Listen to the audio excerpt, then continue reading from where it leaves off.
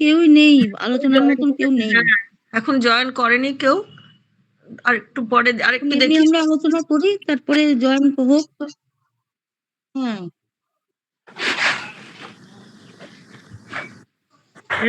দেখ আগেরটাতে বন্দনা কাকিমা বোধহয় জয়েন করেছিল দেখলাম। হ্যাঁ, বন্দনা কাকিমাকে বলেছিলাম। হ্যাঁ, বলে দাও তো একটু। আমি বলেছিলাম জয়েন করতে। আমার সঙ্গে দুপুরবেলা কথা হলো অনেকক্ষণ, তো আমি অনেক করলাম যে একটু আপনি জয়েন করুন। এটা ভালো করেছে লিঙ্কটা চেঞ্জ করে। ওই প্রত্যেকবারেই করতে হবে এমনি করে। সেটাই।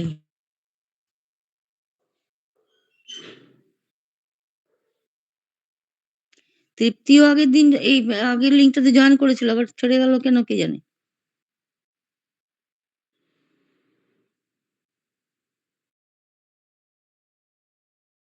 যেটা আমরা করেছি ওটাতে হয়তো জয়েন করবে নাকি তৃপ্তি? হ্যাঁ, তৃপ্তিকেও তো তাহলে একটু বলে দিতে হবে।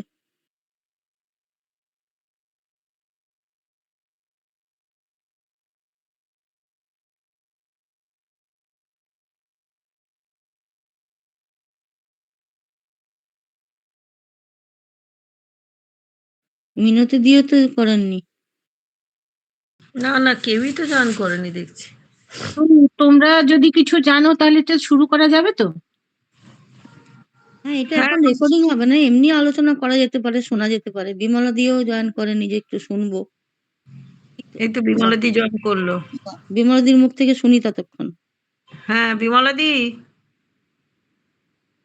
বিমলা দি বলো। তুমি একটু শুরু করো আমাদের। আমি কি শুরু করবো গো? তোমরা কত জানো, কি বলছো?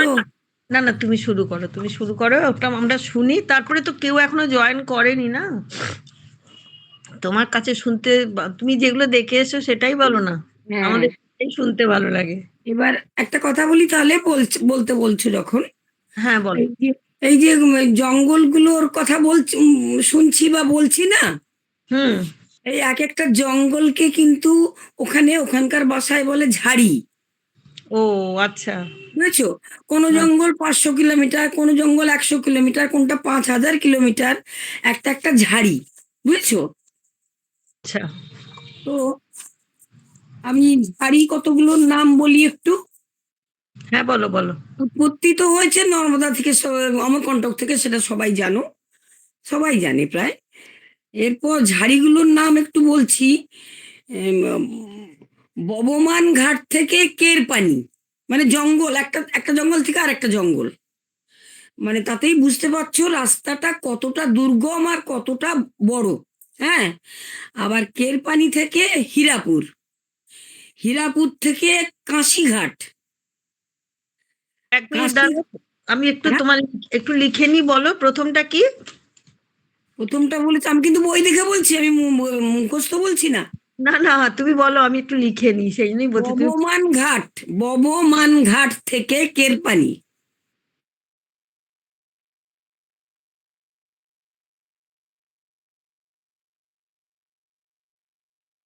তারপর বলো। এবার ওই অ্যারো অ্যারো দিয়ে যাও।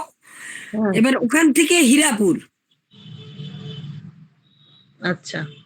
ওখান থেকে ঝাঁসি ঘাট, ঝাঁসি ঘটি, না সরি ঝাঁসি ঘাট। আচ্ছা আচ্ছা, ওখান থেকে 24 অবতার, মানে যেটা আমাদের ওঙ্কারেশ্বর। ওঙ্কারেশ্বর তো? হ্যাঁ, 24 অবতার।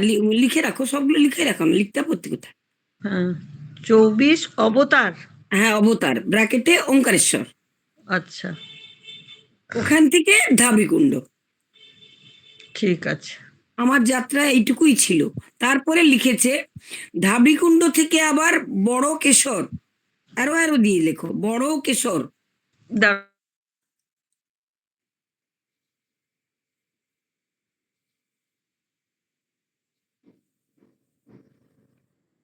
হ্যাঁ, বড় কেশর। ওখান থেকে নীলকণ্ঠ। আচ্ছা, লিখেছো? হ্যাঁ লিখেছি, বলো। ওখান থেকে পথড়া, পথয়কার ডয়বিন্দু রয়াকার। আচ্ছা, ওখান থেকে যোশীপুর। যোশীপুর। হ্যাঁ, আবার ওখান থেকে সর্দার নগর, সর্দার নগর, সর্দারনগর, হ্যাঁ, তারপর ওখান থেকে মাঙ্গরোল, ময়াকার ময়গয় রয়কার ল, হুম, ওইখান থেকে মৌনী মাতার আশ্রম আছে, ওইখানে মৌনী মাতার আশ্রম। ও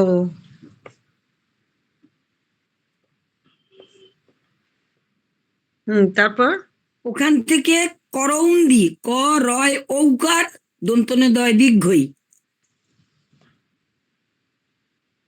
আচ্ছা, আবার ওখান থেকে গেছে বর্মানঘাট, বর্মান, বর্মান মানে আগে যেটা লিখেছিলে সে ঘুরে ঘুরে আসবে না আবার, একই আচ্ছা তো, আচ্ছা, হ্যাঁ হ্যাঁ বর্মানঘাট, হ্যাঁ, না বর্মানঘাট থেকে আবার গিয়েছে মরিয়া, ময়কার রহস্য রয় দীর্ঘি অন্তস্থ একার, আচ্ছা, ওখান থেকে কোলম্বা, কয়কার ল ময় বয়াকার, হুম, তারপরে থেকে ওখান থেকে গিয়েছে হতনি সঙ্গম, হতনি দন্তনয় দীর্ঘি সঙ্গম, হুম, হতনি সঙ্গম, তারপরে থেকে গিয়েছে ওইখান থেকে গিয়েছে আবার ধরমপুরি। বাবা অনেক হ্যাঁ, জায়গা, এতগুলো জঙ্গল, এতগুলো ঝাড়ি, প্রত্যেকটা জঙ্গলকে একটা একটা ঝাড়ি বলা হয়। তারপর ধরমপুরি, তারপর ধরমপুরি থেকে মহেশ্বর, মানে ওই মহাকাল ভৈরব, আচ্ছা, উজ্জয়িনী, ঠিক আছে।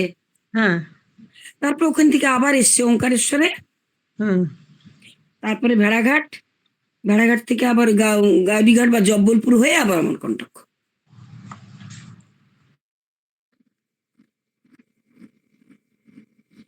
সব ঝাড়িতে গিয়েছিলেন ও বিমলা দি? দিদি আমি তো তখন ওই ব্যারেজ হয়নি, আমি নর্মদা বক্ষে নৌকাতে করে এক কোজাগরী পূর্ণিমার দিন রাত্রে ওঙ্কারেশ্বর থেকে ধাবড়িকুণ্ডে গিয়েছিলাম। ও ছবি মানে মানে বলা তো যাবেই না, কি জানি কি অপূর্ব দেখেছিলাম চাঁদের আলো, ওই অত জঙ্গল পেরিয়ে। সলমন বলে আমাদের নৌকার সকল নাবিক ছিল, ও কত কিছু জানে, ওখানকারই ছেলে। ও আমাদের বলে বলে যেত এটা সীতামাইকি ঝাড়ি, এটা এই ঝাড়ি ওই ঝাড়ি, তখন তো কিছুই মনে নেই, দেখেই গেছি, ভয়ও একটু লাগছিল। ফিরতে সন্ধে হয়ে গেছে, তারপর রাত্রের অন্ধকার, বলছে কিছু ভয় নেই, কিছু ভয় নেই, সব চলছি। কখনো খরস্রোতা নদী, কখনো একদম সেই ও নেবে নৌকা টানছে, আমরা কেউ কেউ নামছি, মানে একদম কোনো জলই নেই। এই দিয়ে ওঙ্কারেশ্বরের কাছাকাছি যখন এলাম তখন আবার খরস্রোত, দিয়ে ওঙ্কারেশ্বরে আবার নামলাম আমরা, ওঙ্কারেশ্বরে একটা আশ্রমে ছিলাম আমরা, আশ্রমে নেমে এলাম।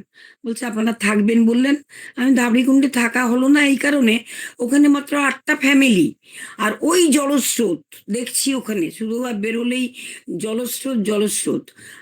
তখনই ওদের ওই টেমপ্লেট সব পড়ে গেছে যে আপনারা এখানটা ছেড়ে চলে যান, ব্যারেজ হবে, এখানে সব জল ভর্তি হয়ে যাবে। তো ওরাও গল্প করছিল যে আমরা চলে যাব, আমরা তো এখানে থাকবো না। কি কি মানে আতিথেয়তা ওদের, কিছুই নেই, কিন্তু কি আতিথেয়তা, কোথায় বসাবে, ওদের ঘর ধরে ঢুকে গেলাম, নিজের মতো করে এ করে সে করে, মানে কি বলবো, ওইসব দেশ বোধহয় ওইরকমই হয়, আমরা ওরম হয়ে দেশ ওরম আর হতে পারবো না। দিয়ে তারপরে আমাদের সঙ্গে যে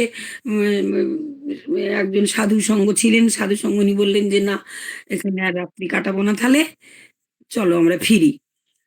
তখন আমরা তো আবার নৌকোয় করে আবার ফিরে এলাম, সন্ধে হয়ে গেছে প্রায়। তখন ওঙ্কারেশ্বরের ঘাটে সলমন আমাদের নৌকা থামালো, আমাদের জিনিসপত্র তুলে দিল আবার আশ্রমে, আমরা আশ্রমে আপনারা একটু চেষ্টা, বন্দনা কাকিমা, হ্যাঁ, কাকিমা, বন্দনা কাকিমা আছে, কাকিমাও হ্যাঁ, অনেক পড়াশোনা করেছে, একটু অনেক জিজ্ঞেস কর। কাকিমা, বন্দনা কাকিমা, হ্যাঁ বলো। বলছি এবার আপনি একটু কিছু বলুন, আপনি অনেক পড়াশোনা করেছেন, আমরা একটু শুনি। শোনো, আমি তো আহ, যাইনি ওই রকম, বই পড়ে যেটুকু অভিজ্ঞতা সেটুকু বলছি আর কি। হ্যাঁ, আপনি বলুন না, আমরা শুনবো, আমার সেটাও আমাদের শুনতে সবাই ইচ্ছুক, হ্যাঁ, নাকি সবাই? হ্যাঁ, হ্যাঁ, হ্যাঁ, তো একদম। হ্যাঁ, হ্যাঁ। শুভ সন্ধ্যা। আমি বন্দনা হাজরা কিছু বলছি। দেবাদিব দেবাদিব দেব মহাদেব স্বয়ংভূতা দেবী ও নদী স্বরূপা নর্মদা, সেই নর্মদার ২ তীরে দেবদেবীদের অধিষ্ঠান, ঋষি মুনি ও মহাযোগীদেরও তপভূমি, সিদ্ধস্থল। আর তার কাহিনীর সঙ্গে সম্পৃক্ত নানা আধ্যাত্মিক কাহিনী। এই কাহিনীমালাতেই সাজানো নর্মদা মায়ের নদীরূপ, মাতৃরূপের অনবদ্য আখ্যান নর্মদার পথে পথে। এটা লেখিকা হচ্ছে সাহানা মুখোপাধ্যায়। উনি নিজে গেছেন এবং তার অভিজ্ঞতার কথা উনি লিখেছেন। বাহ, খুব ভালো লাগবে, পড়ুন। হুম। তো আমরা তো আগেই তো সব অনেকগুলো তো এপিসোড হয়ে গেছে। তো আমরা জানি নর্মদা নদীর উৎপত্তি স্থল কোথা থেকে হয়েছে, কি হয়েছে সব মোটামুটি জানি। তো ওনার আদি হচ্ছে অমরকণ্টক আর অন্ত হচ্ছে গুজরাট। তো ওখান থেকে উনি যাত্রা শুরু করেছেন নর্মদা ৩,৮৮৬ কিলোমিটার অতিক্রম করে মা নর্মদা সাগরে মিশেছেন। তো এর তীরে তীরে এটাই চলেছে একদম গুজরাট পর্যন্ত। গুজরাটে যে উনি সাগরে মিশেছেন। এবারে তোমাদের একটু আমি জানাচ্ছি যে কুণ্ড থেকে অমরকণ্টকের যে কুণ্ড থেকে নর্মদা নদীর উদ্গম বা উৎপত্তি, ওই কুণ্ডটা কিন্তু একাদশ কোণ বিশিষ্ট। একাদশ বলতে ১১টা কোণ আছে। কুণ্ডের পরিধি ২৬০ হাত, গভীরতা ৮ থেকে ১০। জলটাও খুব স্থির, স্বচ্ছ কাচের মতো। সিটিভির ক্যামেরারও প্রয়োজন পড়ে না। এই কুণ্ড থেকেই মায়ের শাস্ত্র মতে এই কুণ্ডটিকে বলা হয় বিশা যন্ত্র। মন্দির পরিসরে রয়েছে মোট ২৭টা মন্দির। নর্মদা কুণ্ডের দক্ষিণে তটে বিরাজ করছেন একাদশ রুদ্রপী নর্মদেশ্বর শিব। নর্মদা জলে স্নান করে যিনি নর্মদেশ্বর শিবের পূজা করেন তার অশ্বমেধ যজ্ঞের ফল লাভ হয়। এখানে না আবার পাশে আছে রাম জানকী মন্দির। রাম জানকী বলতে রাম সীতা মন্দির আর কি। আরো রয়েছে সিদ্ধেশ্বর মন্দির। নর্মদা নদীর উভয় তীরে বিন্ধ্য সাতপুরা পর্বতে শত শত জাগ্রত শিব তীর্থ রয়েছে। সমগ্র ভারতময় শিবময়। তাদের মধ্যে নর্মদা হলেন জীবন্ত শঙ্কর ভাষ্য, যার মধ্যে আমরা যার প্রথম অধ্যায় অমরকণ্টকে আর শেষ হচ্ছে বিমলেশ্বরে, অর্থাৎ সমুদ্র নর্মদার মিলন ঘটেছে।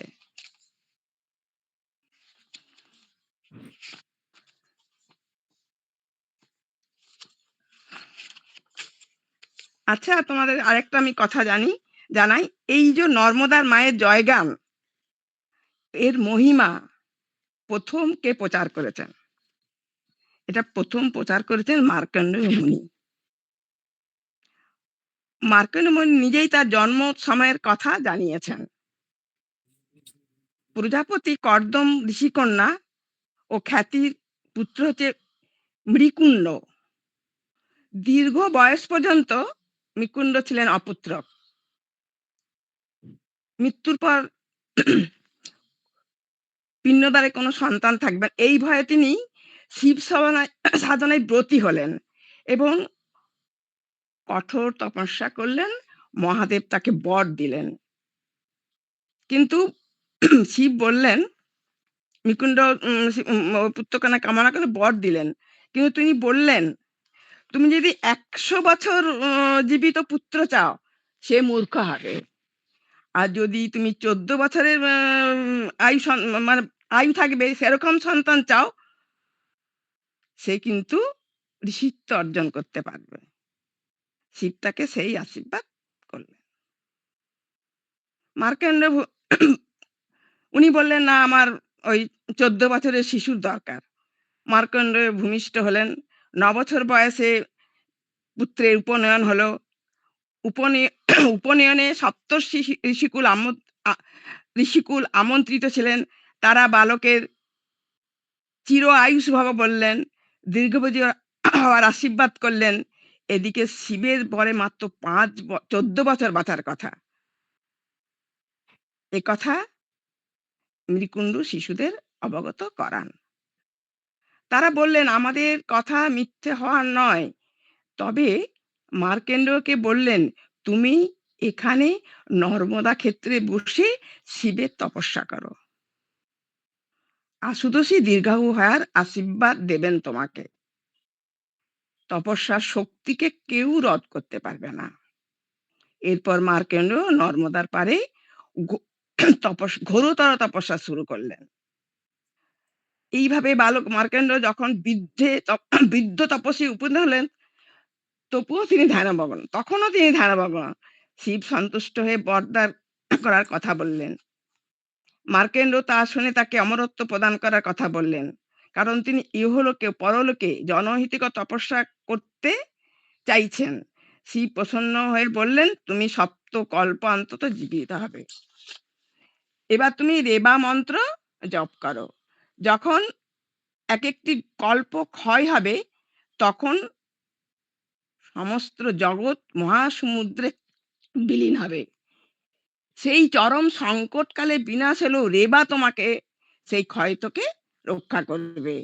সদা তপস্যারত থাকবে, তার দর্শন পাবে। তাহলে আমরা কি চাইছি, জানতে চাইছি, বলতে চাইছি যে মার্কেন্ড মুনি আমাদের মা নর্মদার সমস্ত জয়গান মহিমা উনি প্রচার করেছেন। এখানে না বট গাছের নিচে মার্কেন্ড সরোবরও আছে। কালো নিয়মে সেখানে উৎপল শোভিত সরোবর নেই। ওখানে কিন্তু কোনো উৎপল শোভিত মানে কি, পদ্ম ফুলের কোনো সরোবর নেই। এছাড়া আশ্রমের মন্দিরে রয়েছে সপ্ত মাতৃকা। কে কে আছে? স্ত্রিয়া, লক্ষ্মী, ধৃতি, পুষ্টি, মৈদা, শ্রদ্ধা এবং সরস্বতী ও নবগ্রহ। কিন্তু আশ্চর্যের ব্যাপার লক্ষ্য করা গেল, মন্দিরে রয়েছে 3টি ভাগ: গায়ত্রী মা, ভগবতী রাজেশ্বরী ও মা নর্মদা। আগে কোনোদিন পঞ্চমুখী শিব দেখা যায়নি, কিন্তু ওখানে পঞ্চমুখী শিবও আছে। পিতামহ ব্রহ্মার প্রসাবে আমি মহেরাদি সপ্তকল্প দর্শন করেছি, কিন্তু নর্মদা জন্ম থেকে আজ পর্যন্ত তার অবস্থান বিধি বিদিত নয়। তিনি আরো জানান, পুরকালে আপনি জন্মগ্রহণ করিনি, তার পূর্বেও 14 কল্প নর্মদা তখনও বিদ্যমান ছিলেন। এইসব নর্মদা মার্কণ্ড বলেছেন। মোট 21টি কল্পে মা নর্মদা বিরাজ করেছেন। 14টি কল্প আছে: কপিল, প্রজাপত্য, ব্রহ্ম, সৌম,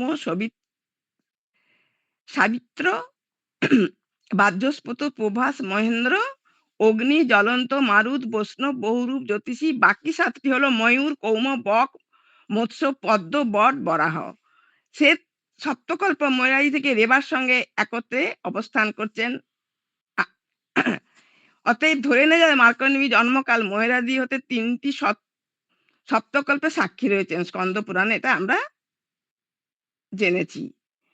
তো যাই হোক, এবারে ওখানে কোটি তীর্থ স্থান বলে একটি স্থান আছে। পরে যদি কোনোদিন আমি আবার বলতে পারি তাহলে বলবো। এবং মানে এই মন্দিরের দিকে আরো কোটি তীর্থ সম্বন্ধে এর পরের বার যদি আমি আবার আলোচনা করতে পারি তাহলে তোমাদেরকে জানাবো।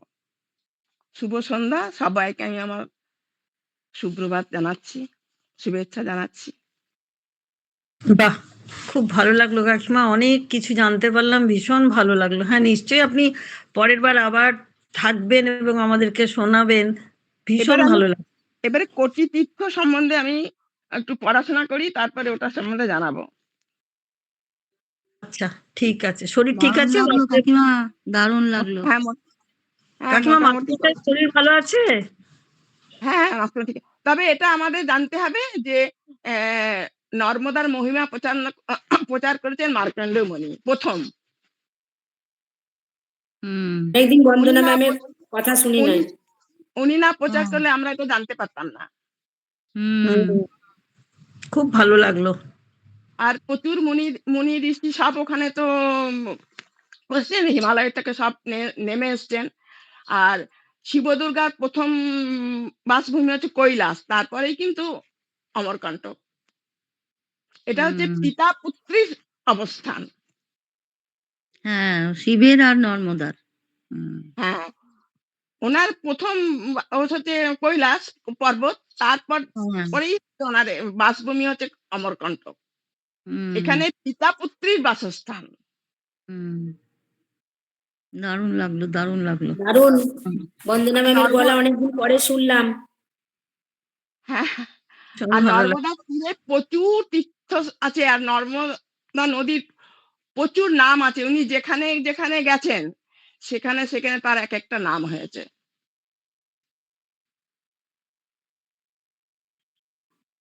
আমরা তো তোমাদের কিছু কি বুঝাতে পারলাম কিছু? হ্যাঁ, ভালো লাগলো, ভালো লাগলো, অনেক কিছু বুঝলাম। আচ্ছা, দারুণ লাগলো। এবারে আমি যখন বসবো তোমাকে কোথায় কোথায় মা নর্মদা নদীর কোথায় কোথায় কি নাম উনি পেয়েছেন, মানে নামে ওনাকে বলাই, সেটা তোমাদের বলবো। কোথাও বিমলা, কোথায় বিপাশা নয়, বিশাপা। এক একটা জায়গায় এক একটা নাম ওনার হয়েছে, মানে গুজরাট পর্যন্ত তো গেছেন। তুমি আরেকটু বলো বন্দনা দি, তুমি আরেকটু বলো না, শুনতে ভালো লাগছে। বলছি কি, উনি অমরকণ্টক থেকে তো উনি উদ্গম হয়েছেন কুণ্ড থেকে, তো ওখান থেকে তো উনি বয়ে বয়ে যেয়ে উনি চলে গেছেন গুজরাটে উনি সাগরে মিশেছেন। ওটা হচ্ছে রেবা সঙ্গম। তার মাঝখানে কতগুলো আছে, কতটা শাখা আছে, কতটা অনেক প্রচুর ওগুলো ওনার প্রচুর, মানে অনেক নাম। মধ্যপ্রদেশ থেকে গুজরাট, এটার এরিয়াটা চিন্তা করলেই বোঝা যাবে যে কত দূর গেছে। হ্যাঁ, আদি হচ্ছে গুজরাট। কাকিমা, আপনি যে বললেন রেবা বললেন, রেবা মানে ওটা আমি ঠিক বুঝলাম না। রেবা হচ্ছে কি, সপ্তখণ্ডের একটা অধ্যায়ের নাম রেবা। আচ্ছা আচ্ছা আচ্ছা। সাগরে গিয়ে মিলেছে, নর্মদা সাগরে গিয়ে মিলেছে, সেইখানটার নাম হলো নর্মদা। না, ওটার নাম রেবা সঙ্গম। হ্যাঁ, সঙ্গম, রেবা সঙ্গম। এই যে নর্মদার আদিতে হচ্ছে ভিগু, অন্তও ভিগু। আদি হচ্ছে অমরকণ্টক, অন্ত হচ্ছে গুজরাট। সেখানে রয়েছে ভিগু কচ্ছ। নর্মদা মন্দিরের মাত্র 4 কিলোমিটার ব্যবধানে মুনি ভিগুর তপস্থলী ভিগু কমণ্ডল। হ্যাঁ, পাকা সড়কের একটি জায়গায় নেমে জঙ্গলের মধ্যে কমণ্ডলুর কথাটা বিমলা সেদিন বলছিলেন যে কমণ্ডলু হাতে জল পেয়েছিলেন, ওইটা বলছিলেন, ওইটা ভৃগুর কমণ্ডলুর। পাহাড়টাই ওইভাবে কমণ্ডলুর মতোই দেখতে, তুমি গিয়েই দেখতে পাবে। ঠিক, এটা না দেখো, ওখানে তো সপ্তঋষির অন্যতম কিন্তু ভিগু, জানো তো, সপ্তঋষিদের অন্যতম ভিগু। ব্রহ্মা 10 মানস পুত্রের একজন। এই 10 পুত্রের জন্ম ব্রহ্মার শরীর থেকে পৃথক পৃথক অংশ থাকে। ব্রহ্মার ত্বক থেকে ঋষিবর ভিগুর জন্ম। আদিকালে নর্মদা তথা অমরকণ্টক ছিল তপস্থলী, নাম ভিগু কমণ্ডলু। নর্মদা মন্দির থেকে 4 কিমি দূরে অবস্থিত। জঙ্গলের মধ্যে দিয়ে যেতে হয়। হ্যাঁ, নকটির জঙ্গলের মধ্যে দিয়ে পথে পড়বে ওই ধুনি পানি, সেখান থেকে জঙ্গলের মধ্যে দিয়ে পায়ে পৌঁছাতে হবে গন্তব্যে। এটাকেই আমরা কিছুটা করে যদি শুনি, তাহলে ওই কিছুটাই আমাদের মনে থাকবে, বাকি পুরোটা মানে মনে রাখা আমাদের একবারে অসম্ভব। মিনতিদি জয়েন করেছিলেন, আবার বেরিয়ে গেলেন। ওই যে ভার্গব বংশের প্রতিষ্ঠাতা, ওই যে ধনী জনক, এই যে ঋষি আর কি। ঠিক আছে, এরপরে আমি উনি কোথায় কোথায় কোন দিক দিয়ে গেছেন, আর সেইগুলো নদীগুলোর মানে কোথায় কোথায় কি নাম ধারণ করেছেন, সেই আমি তোমাদেরকে একটু ভালো করে পড়ে নিই, তারপরে বলবো।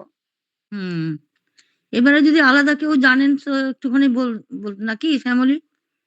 হ্যাঁ, আমাদের আর কে স্যার জয়েন করলেন মনে হলো রামশঙ্কর স্যার জয়েন করেছিলেন। স্যার আছেন? হ্যাঁ আছি, শুনছি। না, এবারে বাকিটা আপনি বলুন। আমি সেদিনে খুব ভালো লাগছিল। তাহলে মা নর্মদার উপরে একটা ছোট লেখা ছিল, সেটুকুন পড়ে তারপরে আমি বলবার চেষ্টা করছি। কেননা কবিতার নাম মা নর্মদা। এটি কবিতাটি লিখার এই জন্যই উদ্দেশ্য ছিল, এই জন্যে যে আমরা যখন নর্মদা বেড়াতে গেলাম তখন মার্চ মাস। সেই মার্চ মাসের ভেবেছিলাম যে প্রচন্ড গরম, এরকম গরমের সময় যাব। সেটা মার্চ মাসের 20 তারিখ আমরা বেরোলাম 4 জন। সেই 4 জনে গিয়ে যখন নামলাম, গাড়ি ঠিকঠাক করে নর্মদার উদ্দেশ্যে যাব, তো সেইখানে রাস্তার যে বর্ণনা অন্যান্য লেখকও যেমন দিয়েছে, আমি আমার ডায়েরিতে সেটাও সেরকম লিখেছি। দেখে মনে হবে যেন আমরা সিমলা বেড়াতে গেছি। রাস্তা এমনই উঁচু এবং নিচু এবং পাকদণ্ডী, কখনো কখনো হেয়ার পিনের মতন রাস্তা বেঁকে গেছে। আর পাহাড়ের গায়ে রাস্তার পাশে এত নিবিড় অরণ্য, গভীর অরণ্য, যে অনেক জায়গাতেই সূর্যের আলো পৌঁছচ্ছে না। আমরা যে সময় গেছি বসন্ত এসেছে সবে বা আসছে, অধিকাংশ শাল সেগুনের নতুন পাতা, এত সুন্দর তার রোদ্দুর পড়েছে তার উপরে, মানে তার বর্ণনা করা যায় না, এত সুন্দর লাগছে। সেই রকম একটা ইয়ে। আর রাস্তার বর্ণনা,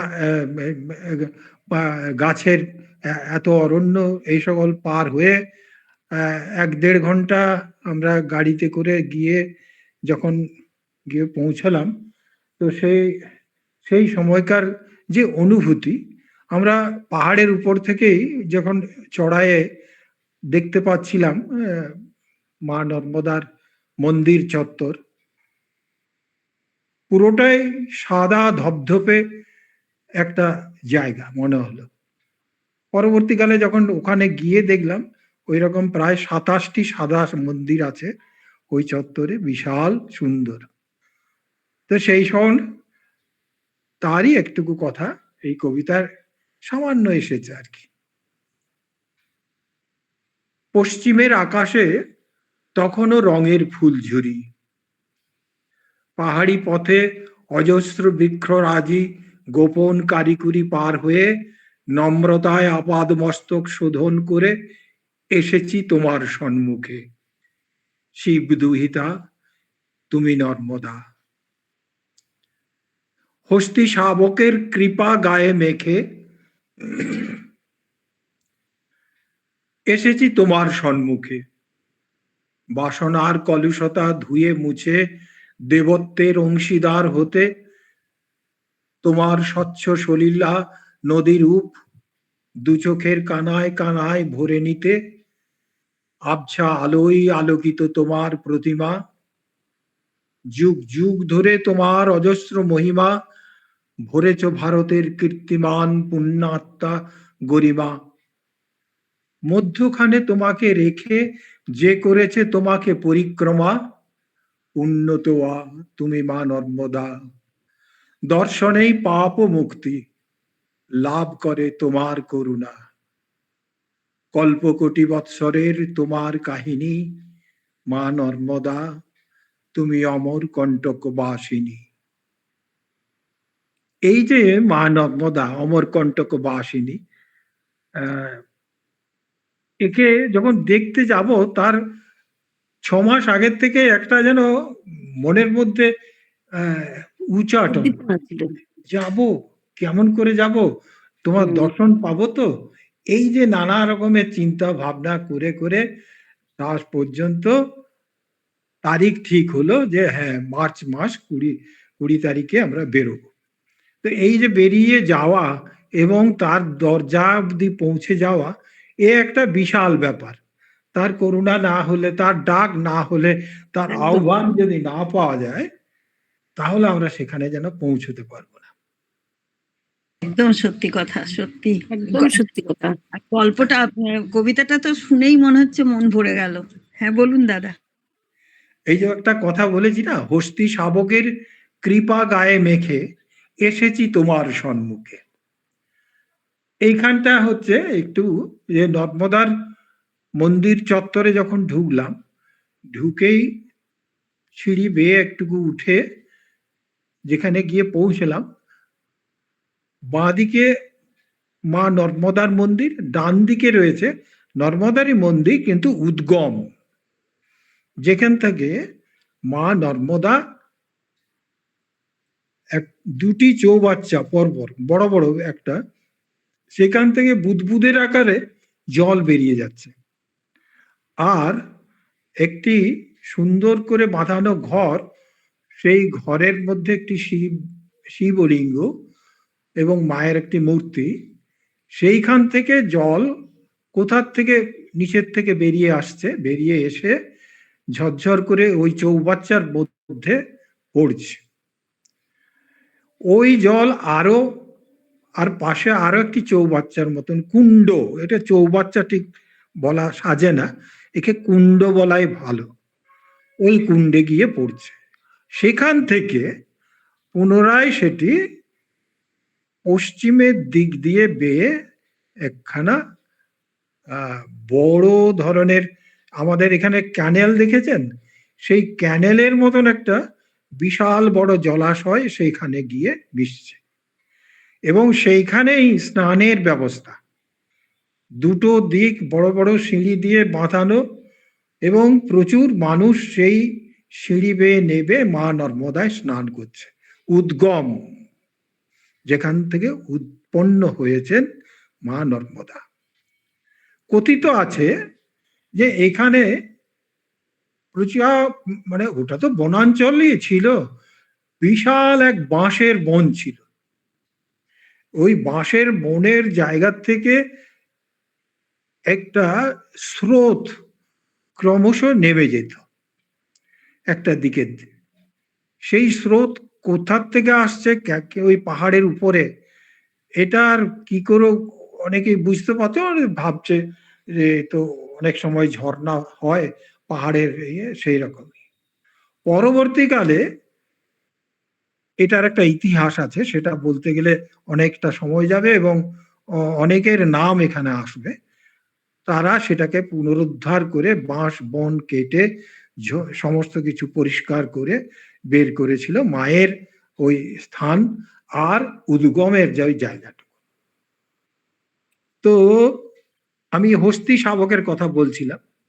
তো আমরা ওই বাঁ দিকে মায়ের মন্দির আর ডান দিকে ওই উদ্গম, ওখান থেকে ঢুকে মায়ের মন্দিরে যাবার পথে একটি পাথরের হাতির মূর্তি আছে, আছে তো।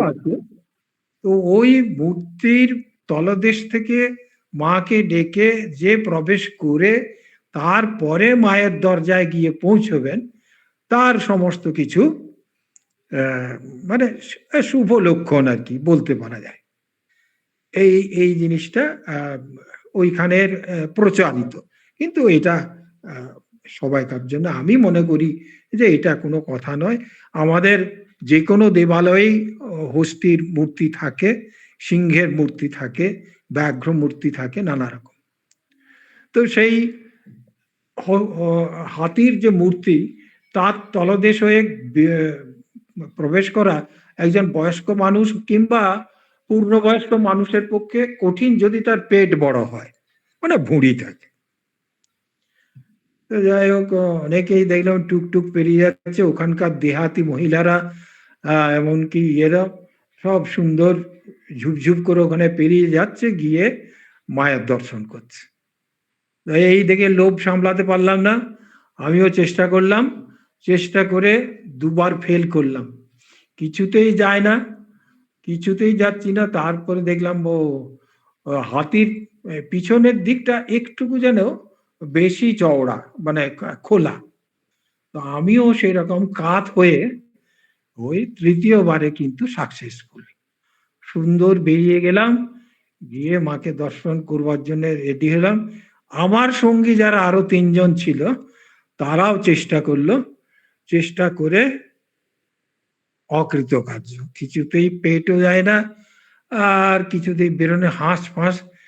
লাস্ট বললাম ছেড়ে দিন, চলুন আমরা দর্শন করি। তো গিয়ে বাকি 3 জন যখন পুরোহিতের সঙ্গে কথা বলে পুজো বা অন্যান্য ইত্যাদি সব অ্যারেঞ্জমেন্ট করছে, আমি ওই মধ্যিখানটা ছেড়ে দিয়ে মায়ের সামনাসামনি আরেকটা জায়গা রেলিং দিয়ে ঘেরা ছিল সেই মানুষজনের চলাচলের জন্য, সেইখানে গিয়ে দাঁড়িয়ে দেখলাম মায়ের মূর্তি, প্রায় অন্ধকার একটি জায়গা, আর মায়ের চকচকে চোখের অভিব্যক্তি, গা ছমছম করবে এমন একটা মায়ের যে আসল মূর্তি, তার নিচে আরো একটি মূর্তি এবং তার নিচে আরো অন্যান্য মূর্তিও আছে। ওই মূর্তি যখন আমি প্রথম দর্শন করলাম তখন আমার মনে হলো যেন কেউ আমাকে, আমার কপাল ধরে কেউ যেন একটা নেড়ে দিলে কিংবা টাচ করে দিলে যেরকম একটা ভোঁ হয়ে যায় মানুষ, 1 সেকেন্ডের কিছু কম সময়ের জন্যও একটা অন্য জগতে চলে যায়, ঠিক সেই রকম একটা অনুভূতি হয়ে গেল। আমি আর ওখানে ওদেরকে কিছু বললাম না, ওরা সকলেই পূজায় ব্যস্ত ছিল। আমি মাকে অত্যন্ত শ্রদ্ধার সঙ্গে এবং তাকে আমার মানস নিবেদন করে ওখান থেকে বেরিয়ে এলাম। তো এই যে মায়ের জন্য যদি আকুতি মানুষের থাকে তো একদিন না একদিন দর্শন হবে। এবং আমরা কবে যাব? আপনারাও সকলেই দেখবেন। হজলা পরিবার খুব সম্ভব কামিং এর মধ্যেই হয়তো যাওয়া হবে, যা শুনতে পাচ্ছি বা বুঝতে পারছি। আর আমাদের সবাইকার ইচ্ছা একত্রিত হলে মাঠ টানবে না এমন কোনো নেই, নিশ্চয়ই যাব, দেখতে যাব। তো এই হলো গল্প, অনেকটা সময় নিয়ে নিলাম, এবারে বাকিরা সব কথাবার্তা বলুন। আমি চোখ বন্ধ করে এই সকল কথা বলে গেলাম, আর সময় দেখিনি। যাই হোক, ভালো লাগলো আপনাদের সব সান্নিধ্য পেয়ে। আমাদের তো মনে হচ্ছে আরো শুনি, সময় যাচ্ছে কিন্তু আমার মনে হচ্ছে এখনই চলে যাই আপনাদের সাথে নিয়ে। না, আরো শুনি এরকম মনে হচ্ছে না? তাই তো, শুনবারই কথা তো, তাই তো। একটু বলুন না দাদা, শুনি সবার কি মত। 100 বার। হ্যাঁ, শুনবো। শুনবো। তো আমরা যখন ওখানে পৌঁছালাম তার আগের দিনে বৃষ্টি হয়েছিল। ওই পাহাড়ি অঞ্চল দেখে তো বললাম প্রথমে মনে হচ্ছে যেন সিমলার রাস্তাতে যাচ্ছি, এঁকে বেঁকে পাহাড়ি পথ অতিক্রম করে দূরে অন্য নদীর স্রোত দেখতে পাচ্ছি। তারপরে গিয়ে যখন পৌঁছলাম তখন ওখানে ভীষণ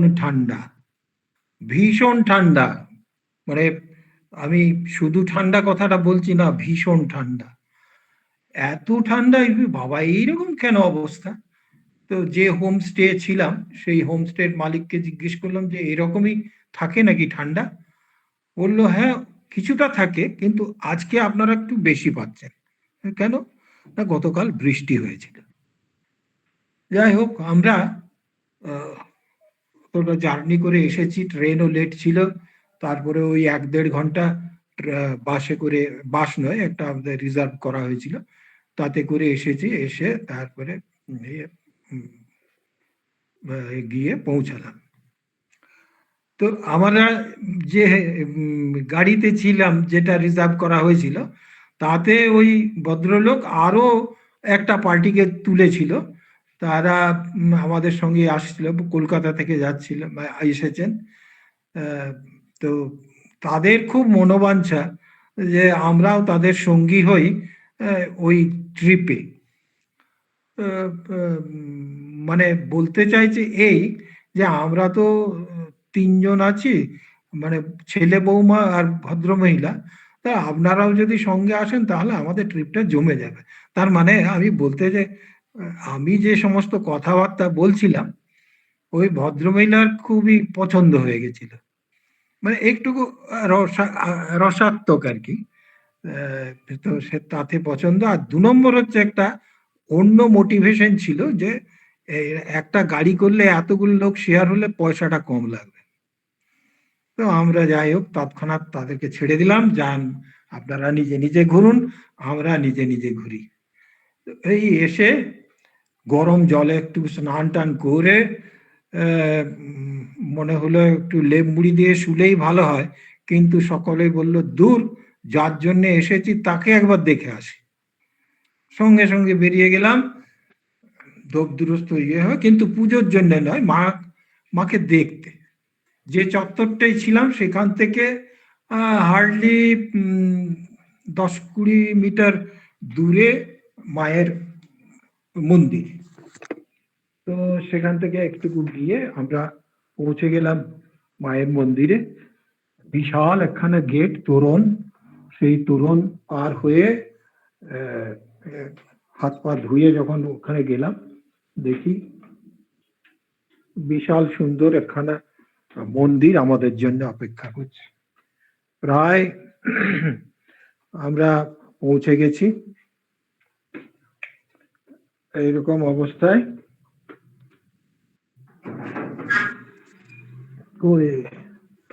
সরি, একটু ইন্টারাপ্ট হলো, আমি ভাবলাম গিন্নি এসেছেন নাকি।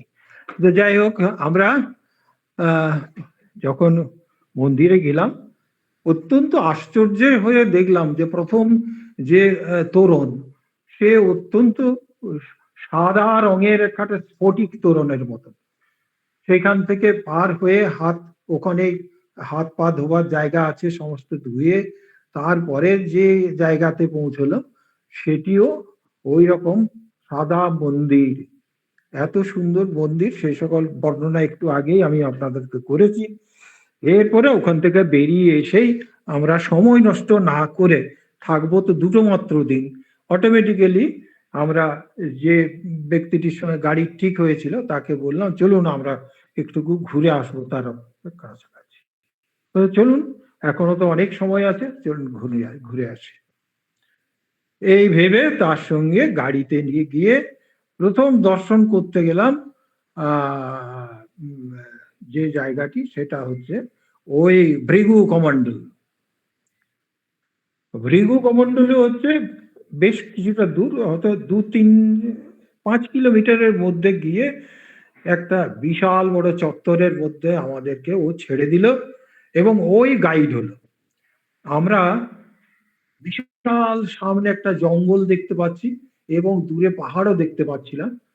আমরা ক্রমশ একটা খাদের দিকে নেমে গেলাম এবং চারিদিকে শাল সেগুনের জঙ্গল।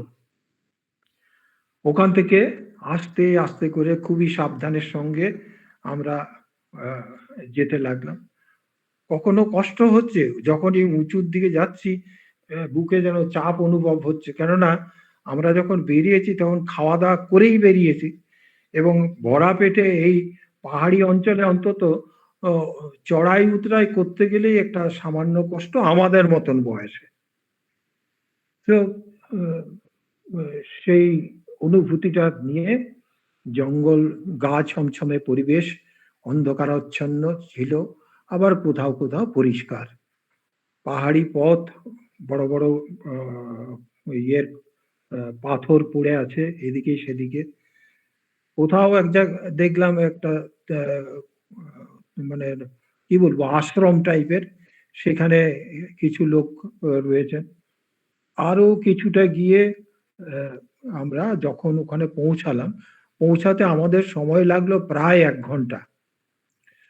সেখানে পৌঁছে কেউ এগিয়ে যাচ্ছে, কেউ পিছিয়ে যাচ্ছি, বিশাল উঁচু নিচু জায়গা, আর তার মতন জঙ্গল ক্রস করে গিয়ে যখন পৌঁছালাম তখন দেখি সেখানে বিশাল বড় উঁচু কিছু, যে ওখানে পাহাড় রয়েছে তা নয়, কিন্তু একটি আশ্রম আছে।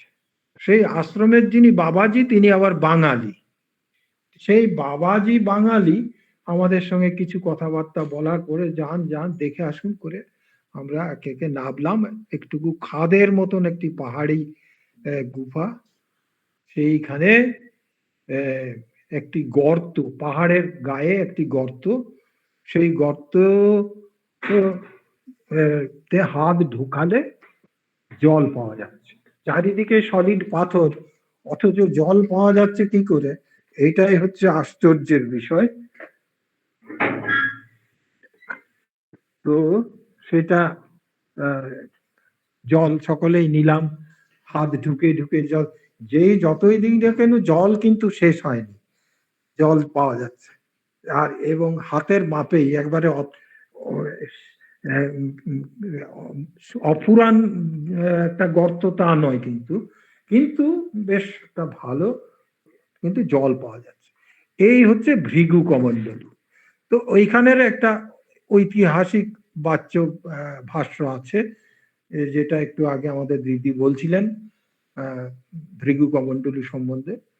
তো ওই দিনে আমরা ওই ভৃগু কমণ্ডলুই দেখেছিলাম, আশ্রমে বেশ কিছুক্ষণ সময় কাটিয়ে পুনরায় ফিরে এসেছিলাম সন্ধেবেলা আবার দেবী দর্শনে। ওকে,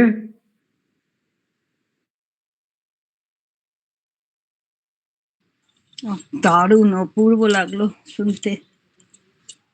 মনে হচ্ছে না যে তুমি রয়েছো ওখানে? হ্যাঁ গো, আমি তো মনে হচ্ছে চোখের সামনে সব মানে অনুভব হচ্ছে যে জলটা হাতে নিচ্ছি পাচ্ছি কিনা জানি না, কিন্তু অপূর্ব অপূর্ব। আর বলার দাদা যা বলছেন ঘন্টা ঘন্টা শোনা যাবে। স্যারের বলা আর অন্য কারুর বলা। তোর বলার সঙ্গে সঙ্গে আমরা চলে গেছি, তোর সঙ্গে সঙ্গে সব দেখতে পাচ্ছি। না, এই বলাটা তো মনে হচ্ছে আরো একদম সামনে নিয়ে যাচ্ছে আমাদেরকে, একদম একদম চোখের সামনে সব দেখছি, অনুভব করছি। মায়ের ওই যে মানে মায়ের, দাদা বললেন না, মায়ের যে উজ্জ্বল চোখের যে দৃষ্টি, মনে হচ্ছে আমরা সত্যি আমরাও দর্শন করছি, তাই না? তাহলে অনুভূতিটা যখন মন থেকে বলা হয় তখন সেটা গল্প আকারে উপস্থিত করা হয়, আর যখন পড়ে কিছু থেকে বলা হয় তখন সেটা অনেকটা ঘাটতি হয়ে যায়। হ্যাঁ, সেটাই একদম। এইখানেই আর কি বলাটার কাছেও তাই, এই যে বুঝিয়ে বা সুন্দর করে বর্ণনা করা, এটা অনেক মানে সবার পক্ষে সম্ভব হয় না। হয়তো গল্পের মতো বলে গেলে অন্যরকম, এই যে বুঝিয়ে মানে বর্ণনা করাটা একদম অন্যরকম, মানে পুরোটাই কানে ঢোকে। ঠিক আছে, কন্টিনিউ করুন। আর চাক্ষুষ দেখে বর্ণনা করাটা তো মানে মনে হয় যেন আমরাও চোখে দেখছি আর কি। দেখছি, হ্যাঁ সেটাই। তৃপ্তি কিছু বলবে? না, আমি কিছু রেডি করিনি। লাস্টে আমি একটা খবর দেব। হ্যাঁ বলো। হ্যাঁ, মা নর্মদা সম্বন্ধে। আমি এর আগের দিন বলেছিলাম না যে মা নর্মদা নদী এত কথা বলছে, মাই কথা বলছে। বর্তমানে মা বলছেন, আজ আমার তটবর্তী প্রদেশ অনেক বদলে গেছে।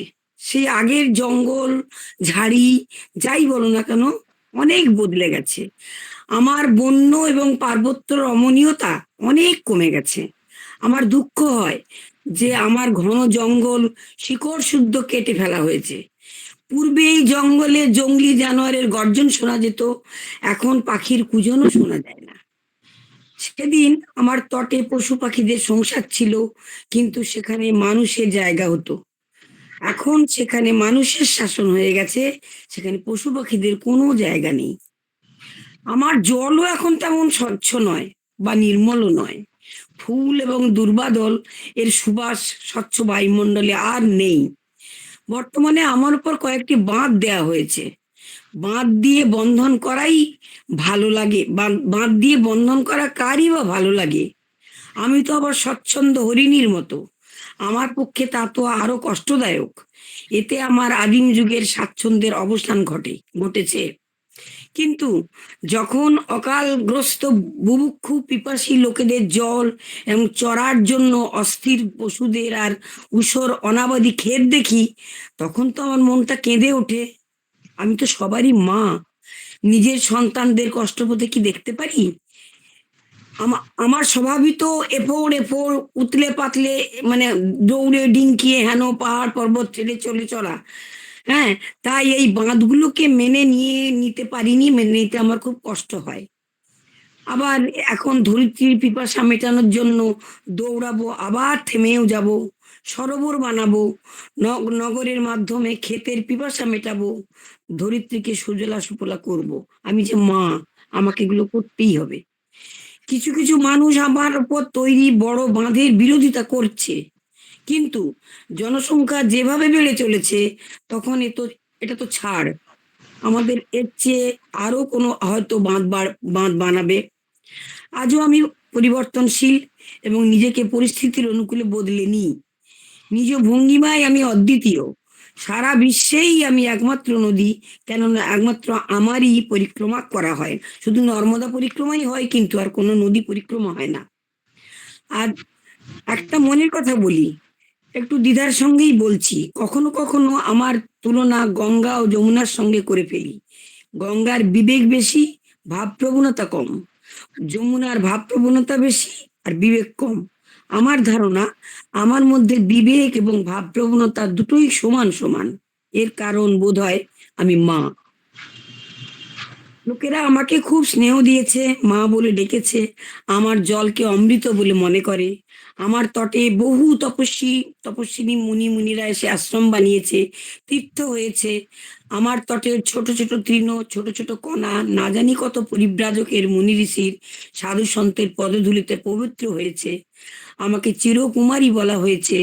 লোকে আমাকে পরম্পরাগত পরিক্রমা করে। এই দেশের কোটি কোটি অধিবাসীর আমি একমাত্র নদী, আমি মা। আমি এই সুখানুভূতি আমার পক্ষে অনন্তকাল পর্যন্ত যথেষ্ট।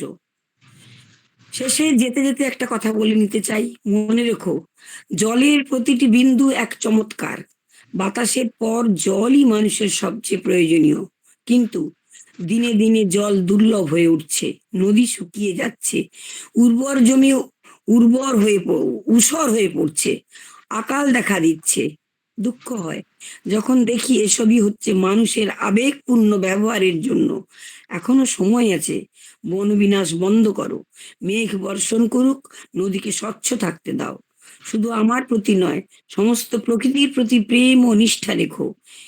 এই জন্য এই কথা বলছি যে তোমাদের আমি ভীষণ ভালোবাসি। খুশ রাহো সব মেরে বাচ্চো। বাহ, কেমন লাগলো? তো কি বললেন? এটা একটা অন্য এতে পড়লাম। যাই হোক, মানে আচ্ছা, এই কথাটা, এই যে মা যে কথাটা বলেছেন, এখন এখানে বইতে লেখা, কতদিনকার বই আমি জানি না, এই কথাটা এই 22 দিন আগে, তার সত্যতাটা আমি তোমাদের একটু জানিয়ে দিচ্ছি। ওইখানকারই এক স্বামীজি রিসেন্ট পরিক্রমায় বেরিয়েছিলেন গাড়িতে করে, মাইন্ডেড, এবং যতটা পেরেছেন গিয়েছেন, গাড়িতে করে গিয়েছেন, ঘুরে ঘুরে। তার কাছে শোনা কথা, 6 দিন না 7 দিনে ফিরে এসেছেন, মানে পরিক্রমা করতে পেরেছেন। সব জায়গায় তো আর যেতে পারেনি, বাঁধ বললো না, বেশি বেশি কত কত বাঁধ দিয়ে, এটাই বাঁধ ওটাই বাঁধ সেতে বাঁধ, ওঙ্কাশ্বরে বিরাট ব্যারেজ তৈরি করে দিয়েছে। তো উনি বলছেন, প্রায় কাঁদো কাঁদো চোখে বলছেন এরকম, পদব্রজে উনি দুবার, অমরকণ্টক পদব্রজে দুবার গেছেন। বলছে, আমি মানুষ কাঁদে কেন জানি না রে, আমার চোখ দিয়ে জলও আসছে না। কি দেখে এলাম আমি? 6 মাস পরে, 1 বছর পরে আরো কি দেখবো? জঙ্গলগুলো সব কেটে কুটে সাফ, বিশাল বিশাল রাস্তা বানানো হয়েছে, বিশাল বিশাল, কত দূরে গিয়ে কোথাও হয়তো ওই তত্তর তত্তর তত্তর করে বয়ে যাচ্ছে মা, একটুখানি দেখতে পাচ্ছি। কোনো সেই পাহাড়ি পথে কোনো এতে সেরকম কোনো পাচ্ছি না। দুঃখে আমার বুকটা ভেঙে গেল। আমি না গেলেই ভালো হতো। যা হচ্ছে হোক গে। আমার চোখে দেখা সেই যে পথ পরিক্রমা, সেই আমারই পাথেয় থাকতো, তাই ভালো হতো। এটা কিন্তু রিসেন্ট 1 মাস আগেকার খবর। অতএব জানি না এই বইটা কতদিনকার আগে লেখা, কোনটা সত্যি। আর এইটা তো 1 মাস আগে আমাকে বলে জেনেছি, আমি শুনেছি। তা সত্যি দুঃখ কষ্টকর ব্যাপার। নরমাল ব্যাপার সব হারিয়ে যাচ্ছে। সেটাই, এখন সবটাই অন্যরকম হয়ে যাচ্ছে। ওখানে কোনোদিনও কোনো এক বন্দর গড়ে উঠবে, আরো জঙ্গল সাফ হয়ে যাবে। ওরা রাস্তার দুপাশে সব ইট পাথর পড়ে আছে, বড় বড় সব পড়ে আছে। হবে আরো কিছু, হবে আরো কিছু জঙ্গল কাটা যাবে। সেই জঙ্গলটার নামটাই হয়তো কোনোদিনও আর কার মনে থাকবে না। এই প্রজন্ম বই পড়ে জানছে বা কিছু দেখেছে, কিছু শুনেছে। পরবর্তী প্রজন্মের হাতে কি এই বই থাকবে, না তারা পড়বে? আর তোমরা যে জায়গার নামগুলো বললে ওখানে সব একটা করে নগর তৈরি হয়ে যাবে। যাবে তো, যা শুনলাম এই বলছি ওইসবই হবে, যা শুনলাম। এই যে আর যারা সাহায্য আগে করতে দেখে এগিয়ে নিয়েছে, গিয়েছিল, জঙ্গল রক্ষার সাহায্যের হাত বাড়িয়ে দিয়েছিলেন, কিন্তু অনেকদিন আগে আমার শোনা কথা, মহাশ্বেতা দেবী অনেকদিন আগে হাত বাড়িয়ে দিয়েছিলেন, কিন্তু ওখানকার সরকার রাজি নয়। Thanks for joining us here on the CNBC TV18 budget verdict for highlighting for us আমাদের দীপাবলিটা দিয়ে তুলে বসে আছে। his aspiration to এটা আমার শোনা কথা, হ্যাঁ আমি জানি না। তা ওনাকে ওখানকার সরকার বেশি দূর এগোতে দেয়নি। এমনকি ওই জঙ্গলের যে কোল ভিল মুন্ডা জাতিরা ছিল, তারা তো খেতে পেত না বলেই ওদের থেকে সবকিছু নিয়ে নিত। হ্যাঁ, তো তাও ব্যবস্থা করতে দিলে ঠিক আছে, আমি কিছু করব না, কিছু অন্য সংস্থান, তাতেও মানে প্রচুর বাধা সৃষ্টি করেছে। উনি পিছিয়ে আসতে বাধ্য হয়েছেন। এটা আমার শোনা কথা গো। মিনতি দি লেফট করে গেলেন রে। প্রকৃতির সৌন্দর্যটাকে শেষ করে দিয়ে নেই, কিছু থাকবে না পৃথিবীতে, কিছু থাকবে না। এবং আমরা যে শুনছি না যে কয়েক বছর, কয়েকশো বছরও বলতে পারো জগতে একটা ধ্বংস অবশ্যম্ভাবী ধ্বংস। জয়েন করেছে মিনতি দি, কিছু বলবেন নাকি? দেখ মিনতি দি আমি অফ করে দিচ্ছি তাহলে। হ্যাঁ তুমি মিউট করে দাও তাহলে, শোনো কি বলেন দেখি। মিনতি ম্যাম সবাই মিউট করে দিই। হ্যালো, কোথায় গেল মিনতি দি?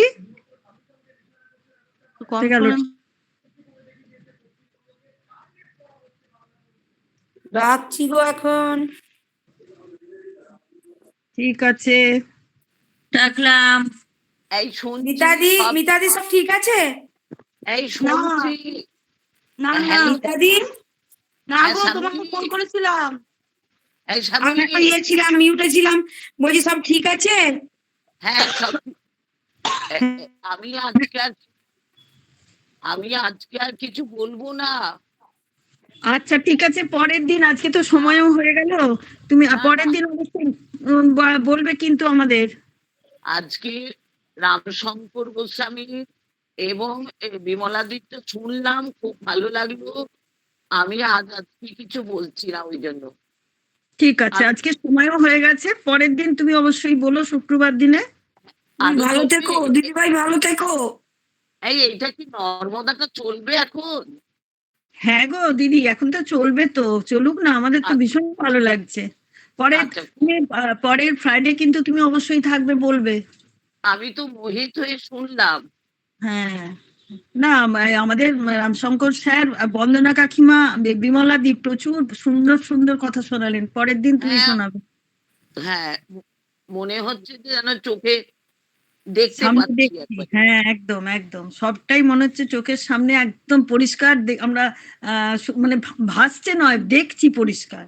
হ্যাঁ না গো, না দেখলে যে কি করতে, না সত্যি এতটা তখন বুঝিনি, যখন গিয়েছি এতটা বুঝিনি। তখন আমরা যখন গিয়েছি তখন কিন্তু ডাইরেক্ট কোনো ট্রেন ছিল না, আমাদেরকে কলকাতা হাওড়া থেকে গিয়ে বিলাসপুরে ট্রেন চেঞ্জ করতে হয়েছে। বিলাসপুরের থেকে ট্রেনে উঠে প্যান্টা রোড গিয়েছি, প্যান্টা রোড থেকে গাড়ি ছিল, গাড়ি করতে করে আমরা নর্মদা গিয়েছি, মানে অমরকণ্টক। আচ্ছা আচ্ছা আচ্ছা। এখন তো ডাইরেক্ট ট্রেন হয়ে গেছে, অনেক সুবিধে হয়ে গেছে।